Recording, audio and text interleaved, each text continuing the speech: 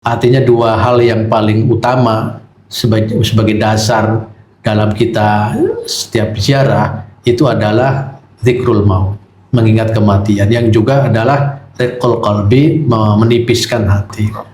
Dakwah perilaku, dakwah sikap itu jauh lebih utama daripada dakwah lisan.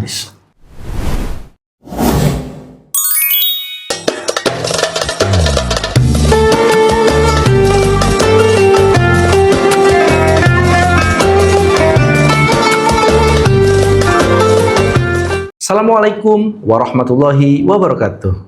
Selamat datang di program Kiai Menjawab, ruang dialog keislaman yang menghadirkan para kiai dan ulama untuk menjawab persoalan-persoalan umat. Program ini dipersembahkan oleh pengurus wilayah Nahdlatul Ulama Provinsi Banten di bawah naungan Lembaga Taklif Wan Nasr Nahdlatul Ulama LTNNU PWNU Provinsi Banten.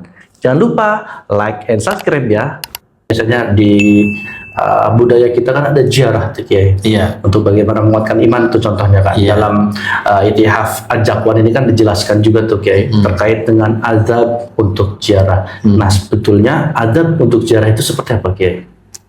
Ya, umumnya kalau ziarah itu, dan kemungkinan berlaku kepada siapapun yang biasa ziarah, ya pertama adalah jaga kesopanan, baik masuki area makbaro, kemudian setelah memasuki barisan makam-makam tersebut kita ucapkan salam yang sudah diajarkan oleh Rasulullah. Setiap ketemu kuburan ya kita dianjurkan untuk ucapkan salam. Assalamualaikum ya ahli kubur, minal muslimin wal muslimat wal mu'minin wal mu'minat wa inna insyaallah bikum lahiqun walakumul afiyah. Seperti itu ajaran Kanjeng Nabi. Lalu kemudian adabnya adalah tidak terlalu banyak bergerak badannya, tidak banyak tingkah lah istilahnya ya. Lalu kemudian jaga kata-kata, jangan sampai ada kata-kata kotor, menghujat, menghina, baik yang sudah wafat maupun yang masih hidup. Lalu setelah itu yang paling utama adalah kerendahan hati, kerendahan diri, jangan sampai menonjolkan kesombongan kita. Karena kita ziarah itu sebenarnya zikrul maut. Yang kedua adalah riqqatul qulub. Artinya dua hal yang paling utama sebagai dasar dalam kita setiap ziarah itu adalah zikrul maut, mengingat kematian, yang juga adalah riqqul qalbi, menipiskan hati. Dan juga ziarah kubur itu bisa juga silatul arwah ya. Silatul arwah. Cuman ini agak ekstrim kalau kedengaran orang Wahabi dianggapnya bid'ah dan syirik gitu. Betul. Nah, ini saya pahami silatul arwah itu karena begini. Saya ini kan biasa ziarah ya. Betul.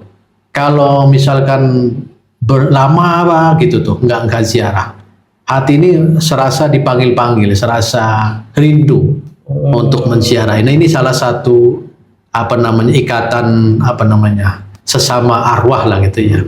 Arwah di kandung badan dan arwah mereka di alam barzakh gitu. Jadi ada sinergis itu antara arwah dengan apa, antara roh dengan roh.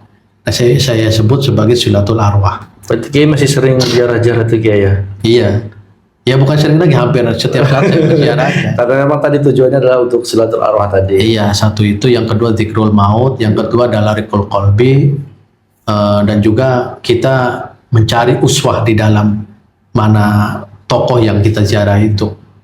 Misalkan kita ziarah ke Sultan Hasanuddin nih, apa uswah beliau? Tauladan beliau itu apa? Tauladan beliau itu adalah keberanian.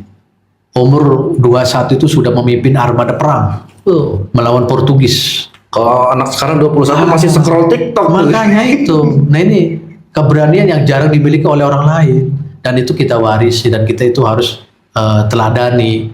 Makanya kata saya, uswah yang perlu kita lihat di setiap mana kita ziarah.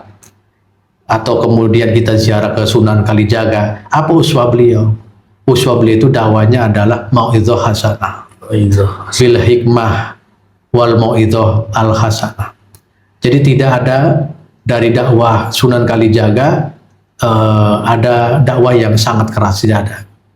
Jadi justru lembut, moderat, toleran dan lain sebagainya. Maka penduduk Jawa saat itu berbondong-bondong masuk Islam karena tauladan beliau. Karena uswah. Bukan hanya kata-kata beliaunya saja, bukan kata-kata dakwanya saja, tapi sikapnya, perilakunya. Karena mungkin ya, beliau lebih memegang prinsip begini. Dakwatul hal muqaddamun min dakwatil maqal, atau dakwatul hal afdalu min dakwatil maqal.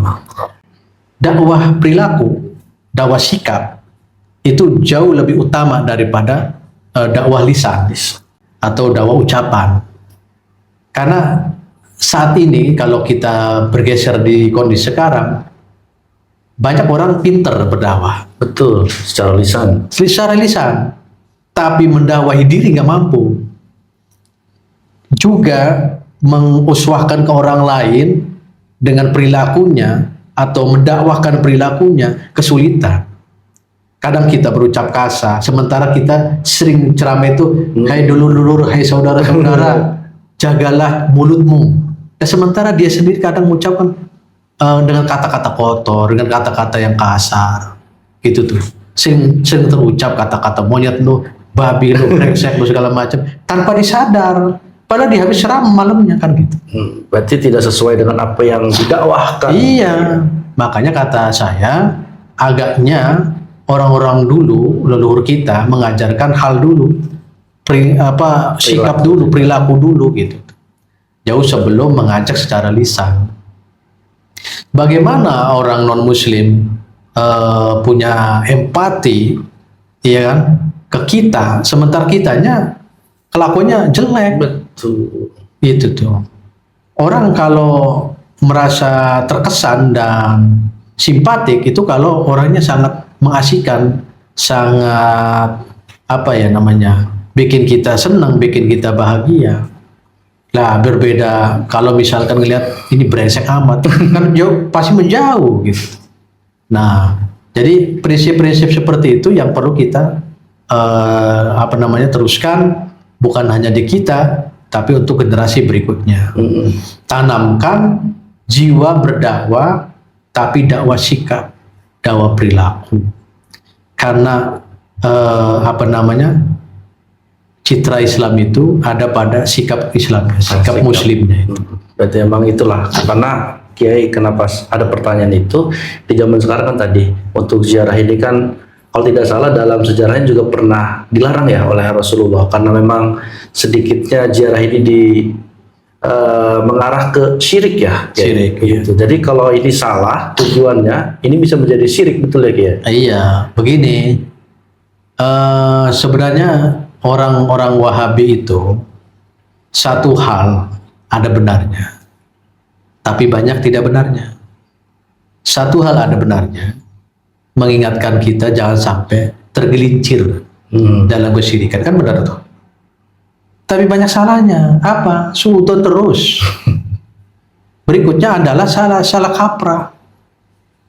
Di samping itu juga menuduh Muslim sesat, menuduh Muslim kafir, ya sama aja dia kafir. Kalau sama-sama Muslim. Sama-sama Muslim. Gitu. Jadi kita tidak boleh mengkafir-kafirkan orang Islam. Gitu. Khawatir kita masuk dalam kategori mangkafar musliman bahwa kafir. Jangan sampai terjadi seperti itu. Nah, oleh karena itu saya garis tegas ya, ziarah itu murni dzikrul maut. Yang kedua adalah riqqul qalbi, menipiskan hati.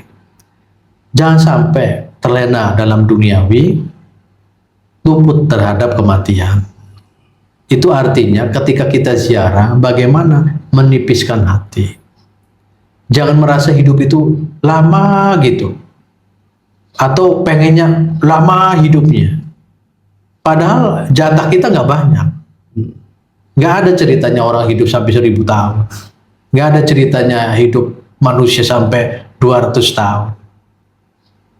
Kata Suhoki, mati muda itu lebih mulia daripada mati tua tanpa makna.